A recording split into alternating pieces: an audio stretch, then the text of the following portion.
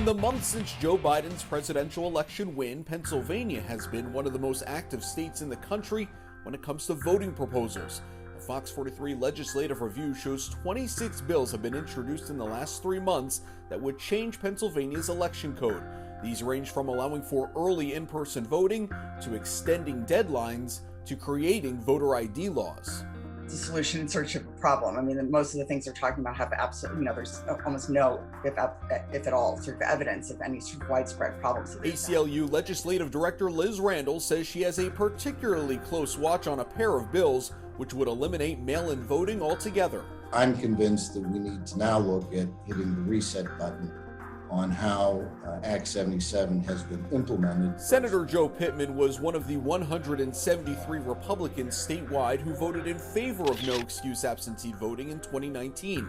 A global pandemic and a lost presidential election later, and a number of GOP lawmakers want a do-over. And so we've had a series of things that led to what I believe is a lack of confidence in how the process unfolded. Republicans say Governor Wolf and the Supreme Court extending the ballot return deadline was against election law, as were mixed-match signatures and ballot drop boxes. Democrats argue the GOP legislature didn't pass any laws that said they couldn't. Can a voter get some compromise? Even though it may sort of be an olive branch to the Republicans in an effort to dial things back. Democrat Mike Carroll believes his bill gives a little bit of everything to everyone. For Republicans, it pushes back the voter registration deadline and stops ballot returns at 8 p.m. on Election Day while expanding pre-canvassing and drop-box options for Dems.